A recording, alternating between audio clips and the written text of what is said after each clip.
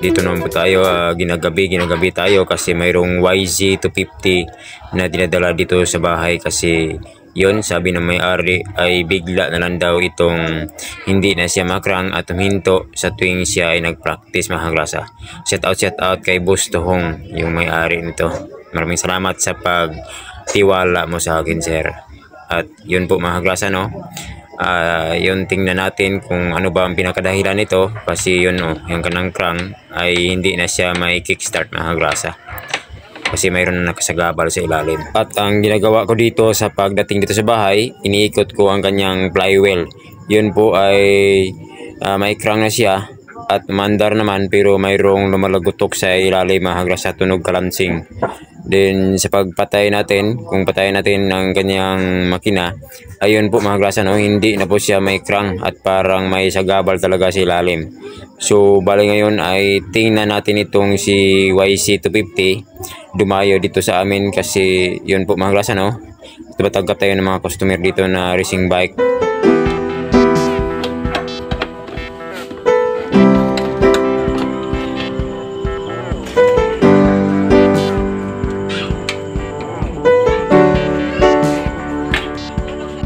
Okay, ito ang kanyang TDC o top dead center. Ito ang kanyang guhit. Dapat magkalaan lang itong mga marking, mga kagrasa. At dito rin tingnan natin dito. So ito yun, may letter I. Ibig sabihin ito ay iharap lang dito sa intake side. At ito naman ang letter A, iharap lang sa exhaust. So may point mark dito. Dapat i-align lang. At dito rin may point mark. Dito rin may point mark. So dapat magkalaan. So, bilangin natin ang kanyang ngipin mula dito sa kanyang point mark. 1, 2, 3, 4, 5, 6, 7, 8, 9, 10, 11, 12. Bali 13 ang ngipin. So, 13 ngipin po mula dito. Ang kanyang distansya mula dito sa point mark na to patungo dito sa point mark ng isang cams. So, bago tanggalin ang camshaft, tensioner muna para lumuluwag ang timing chain. So, yun po ang bracket ng camshaft. Tanggalin natin. Then yun, ito na po ang camshaft, mga kagrasa. Okay, next exhaust ng camshaft naman, tanggalin natin, mga kagrasa. Okay, ito na po ang kanyang camshaft ng exhaust. So mayroon itong, ayun, may lock pin, may lock talaga, mga kagrasa. Yan, dito yan nakalagay. Okay, bago tanggalin itong shim at bucket, ay kailangan na mayroon tayong tig-isang lagayan para may balik lang sa kanyang posisyon kung saan natin siya kinukuha, mga kagrasa. Okay, itong bucket niya at may shim dito sa ilalim, kailangan ibalik natin sa kanyang lagayan. Okay, bucket number 1, kunin natin. Yan po, mayroong shim dito. Yun, ito yun ang kanyang valve shim. So iba't iba ang kanyang sukat, kailangan ibalik sa kanyang posisyon. So kailangan mayroong lagayan bawat isa. At kailangan nalagyan ng number ang bawat isa. 1, 2, 3, 4, 5. So bali 5 po. At huwag kalimutan na maglagay ng number. Okay, ito ang bucket number 2. At ito ang kanyang valve shim dito sa ilalim, no. So kailangan nilagay rin siya sa empty bottle na ating nilagyan ng number na number 2. Okay, ganito lang ang gawin, mga kagrasa. Okay, ito ang pangatlo na valve shim at bucket. Kasi tatlo po ang kanyang valve sa intake side, mga kagrasa. Ilagay lang sa empty bottle number 3. 4.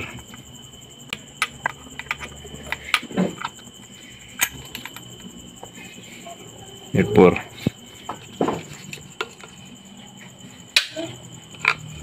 5. Okay, 5. Okay, ito na po. 5. May tag-isang number.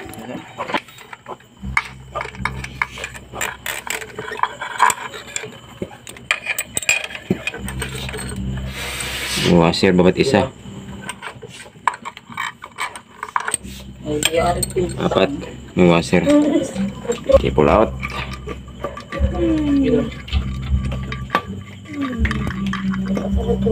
Pull out si YZ 5 bulb.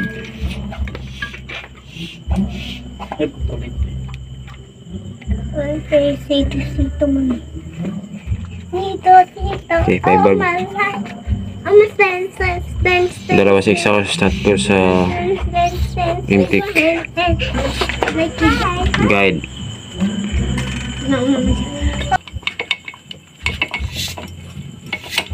May dalawa rin dawal sa ilalim. Parang nabaga ang connecting rod.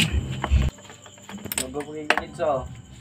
Just, amin ako, si gamit. Just. Ito po, kunin natin ang piston. Sungkitin lang ang pin. Yun. Arroy. Yan ang crankshaft. Yun o. Nag-ibang kulay. Ibig sabihin ito, bagang-baga talaga. Yun, palit na talaga ito ng connecting rod. Okay, since connecting rod ang pinakadailan, pull out natin ang makina mga kagrasa.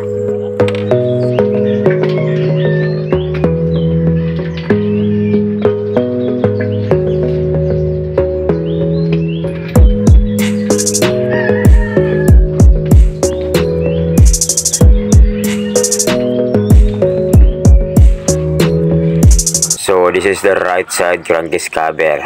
Then sunod natin itong magneto o flywheel. Then next naman ito naman ganyang stator disc. So ito po ang ganyang stator. Yun po mga grasa no ay primary drive type po itong CYC. So next natin i-pull out ito po ang ganyang timing chain guide mga grasa. Okay, ito po ang ganyang timing chain guide. Yun, ito po yun. Then next ito naman ang ganyang timing chain. So this is the right side crankcase cover. Then next ito naman ang clutch spring. Bali 5 po mga sa 5 pieces ang clutch spring. And then next naman natin i-pull out ito namang clutch lifter plate mga grasa. Okay, ito po ang clutch lifter plate. Then ito po ang clutch lifter rod mga grasa. Okay, take note mayroon po siyang stick bearing. So pull out natin ang kanyang clutch disc o clutch lining, clutch plate din mga grasa, pull out natin. Bali bilangin po natin ang clutch lining. 1 2 3 4 5 6 7 8. Bali siyam po mga grasa. So pag nagbirol tayo ni YZ, ingatan po ito. Tingnan po natin, i-check po natin dapat to kasi ito po ang daanan ng oil. Kasi dito po ang kanyang oil pump. So itong mga o-ring na to dapat na ilagay din pabalik. Kasi mag-leaking ang oil, makulang ang supply ng oil sa ibang parts ng makina. So dapat na i-check itong mga oil na to kasi ito po ang daanan dahil ito po ang kanyang oil pump mga grasa. Okay, take note mayroong ball bearing dito, bulitas mga grasa na nakalagay dito. Then kunin natin itong kanyang clutch lifter rod. Okay, ito po ang kanyang clutch rod mga kagrasa. Yung kanyang lifter. So ganito po ang kanyang position no. Then to pull out the nut using the 17mm na socket.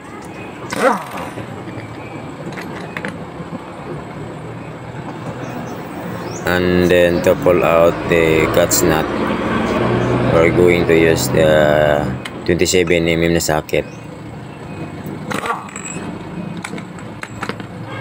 This is the clutch center po mga grasa. Okay, mayroong washer. Then mayroon namang washer dito sa spacer sa clutch. Okay, this is the clutch outer housing. And then mayroong washer po dito mga grasa o spacer. Then next kickstarter assembly. Yun, may washer dito sa bandang ilalim.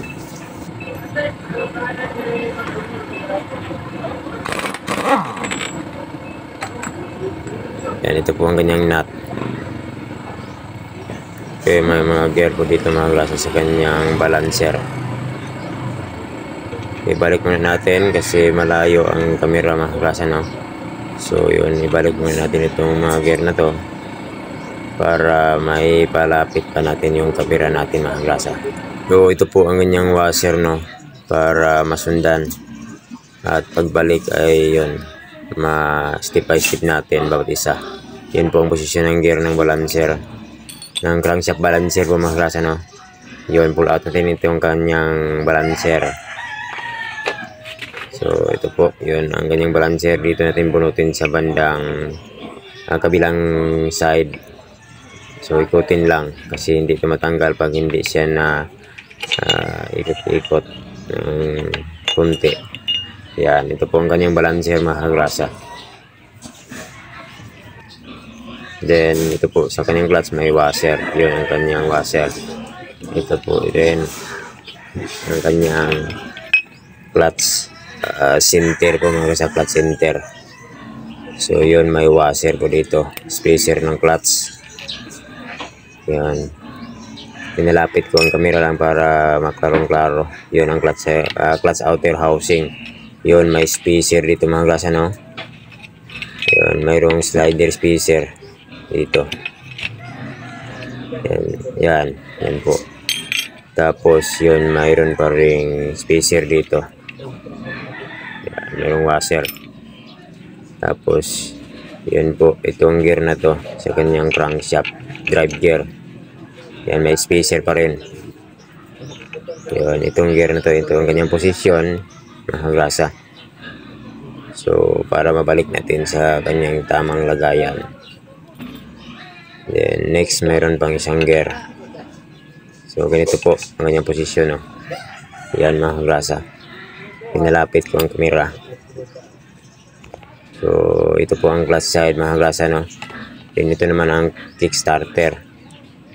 So yun po mga kagrasa, hindi siya may tanggal. Pag hindi natin tanggalin, yun po may washer naman bago ang kickstarter. Yan po. So this is the kickstarter idle gear. Yun, may lock pin. Then yun po ang kanyang posisyon. Yun, dito po may washer na maliit. So ito po yun mga kagrasa, ang kanyang posisyon, no? Yan. And then ito po ang shifting spindle o kambyada natin mga kagrasa ni YZ. So yun po ang kanyang posisyon, no? So bago natin may pull out tong kanyang shifting drum stopper plate, pull out muna natin itong kanyang mga bolts. So ito po ang kanyang shifting drum stopper plate po mga kagrasa. So sa pag pull out nito ay yun, hugutin natin. Yun po. Then next, ito namang bolts ng shifting drum plate. Tanggalin muna natin mga kagrasa, no? Ito po yun, ang kanyang bolts. Then ito naman ang shifting drum stopper plate po mga kagrasa, no? Yun po. Ito po yun mga kagrasa. Then pull out natin ang mga bolts para mabiyag natin itong si YZ250 mga kagrasa.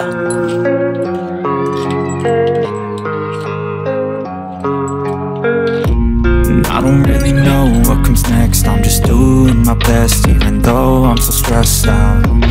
Everything just feels like a test that I fail, so depressed when I can't seem to get out. But something deep inside won't let me quit. I swear that I'm inspired by all this shit. Tell me that I can and I won't. That's what guides me the most. Your lies, I'll do what I want. So bali ito po yun mga kagrasa, na nag-iba ang kanyang kulay. Ibig sabihin nito ay yun, sa sobrang init talaga, nag-dragging ang kanyang connecting rod at saka itong kanyang crankshaft. So bali po mga kagrasa ay yun po, yun o, nakasagabal talaga, sira na ang kanyang stick bearing sa ilalim. Yun, mag-knocking talaga. So ito po ang kanyang dahilan tunugan. Yun po mga kagrasa, ang kanyang kulay. So bali tayo ng bearing, dalawa, side bearing po mga kagrasa, saka itong connecting rod. Yun po mga kagrasa, no?